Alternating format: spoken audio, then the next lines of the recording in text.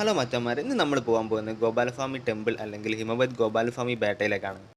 നിങ്ങൾ മൈസൂരിലേക്ക് പോകുമ്പോഴോ അല്ലെങ്കിൽ ഗുണ്ടൽപേട്ടിലെ സൂര്യകാന്തി പൂക്കൾ കാണാൻ പോകുമ്പോഴോ മസ്റ്റായിട്ട് വിസിറ്റ് ചെയ്യേണ്ട ഒരു സ്ഥലമാണ് ഹിമവത് ഗോപാലസ്വാമി ടെമ്പിൾ എന്ന് പറയുന്നത്.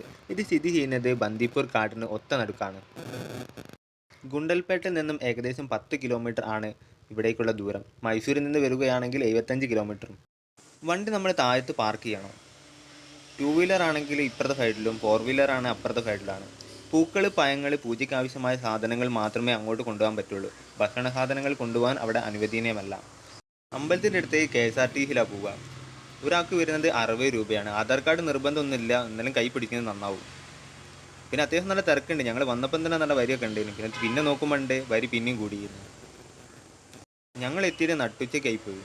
നിങ്ങൾ വരികയാണെങ്കിൽ ഒന്നുകിൽ രാവിലെ വരിക അല്ലെങ്കിൽ വൈകുന്നേരം വരിക. ഇവിടെ ഓപ്പണിംഗ് ടൈം വരുന്നത് രാവിലെ 8:30 മുതൽ വൈകിട്ട് 4 മണി വരെയാണ്.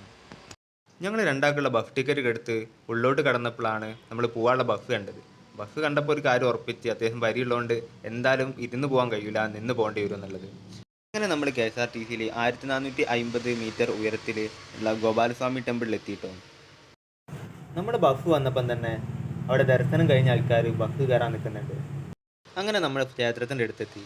ഇന്ന് ഞായറാഴ്ച ആയതുകൊണ്ടോ അല്ലെങ്കിൽ ഞങ്ങളെ ഭാഗ്യം കൊണ്ടോ എന്നറിയില്ല, ഇന്ന് വലിയ തിരക്കൊന്നുമില്ല. പിന്നെ അത്യാവശ്യം ചെരുപ്പൊക്കെ നമ്മൾ താഴത്തെ കഴിച്ച് വെച്ചിട്ട് നമുക്ക് നേരെ ഈ മനോഹരമായ ക്ഷേത്രം കാണാൻ പോവാം. ഇവിടെ സ്റ്റെപ്പൊക്കെ കയറി കഴിഞ്ഞിട്ട് അതിമനോഹരമായ കാഴ്ചകളുണ്ട്.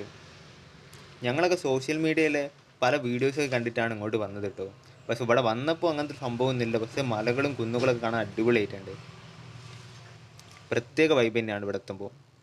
അങ്ങനെ സ്റ്റെപ്പൊക്കെ കയറി ഭഗവാനെ ശ്രുതി ചെയ്യുന്ന കുറച്ച് ആൾക്കാരുണ്ട്, സൈഡിൽ ഇരിക്കുന്നുണ്ട്. അങ്ങനെ നമ്മൾ മെയിൻ കവാടത്തിൻ്റെ ഭാഗം ചുറ്റി കാണുകയാണ്. ഈ അമ്പലത്തിന് ഏകദേശം 700 വർഷത്തിലധികം പഴക്കമുണ്ട്. ഈ ഒരു ക്ഷേത്രം ചോള രാജാക്കന്മാരാണ് നിർമ്മിച്ചത്. ഈ ഒരു ക്ഷേത്രത്തിൻ്റെ 4 ഭാഗം കാടാണ്. മനോഹരമായ കാഴ്ചകളും നല്ല തണുത്ത കാറ്റും. മറ്റൊരു കാര്യം, നമുക്ക് ഭാഗ്യമുണ്ടെങ്കിൽ ഇവിടെ സ്ഥിരമായിട്ട് വരുന്ന ആനയെ കാണാൻ പറ്റും. അതുപോലെ ഇവിടെ കടുവയും വരാറുണ്ട്. ഈ ഒരു ക്ഷേത്രം നിർമ്മിച്ചിരിക്കുന്നത് നല്ല കരിങ്കല്ല് കൊണ്ടാണ്.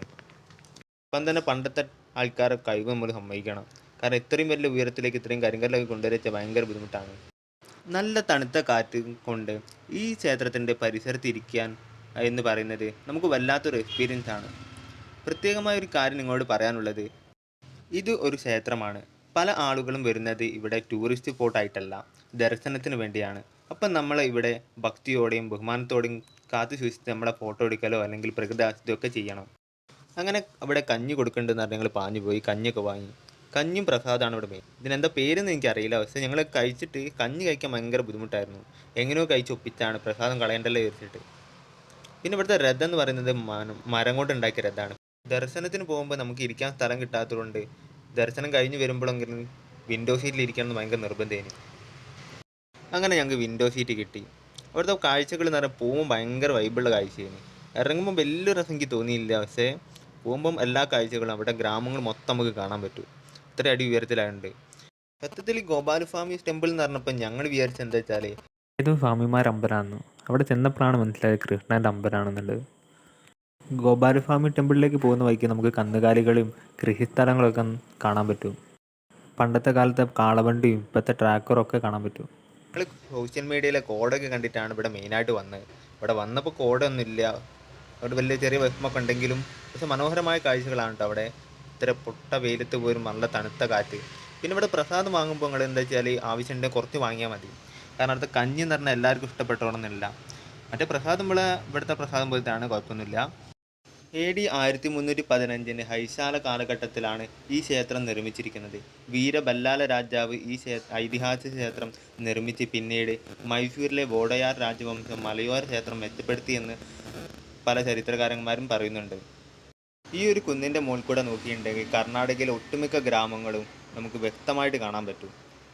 പിന്നെ ചെറിയ റോട്ടിൽ കൂടെ വണ്ടികൾ പോകുന്നതൊക്കെ കാണാൻ ഭയങ്കര മനോഹരമാണ്. മൈസൂരിലേക്ക് പോകുന്നവർ മസ്റ്റായിട്ട് വാച്ച് ചെയ്യേണ്ട ഒരു സ്ഥലമാണ് കേട്ടത്. ഇവിടെ ക്ഷേത്ര ദർശനത്തിനായി പല മതത്തിലുള്ള ആൾക്കാരും വരുന്നുണ്ട്.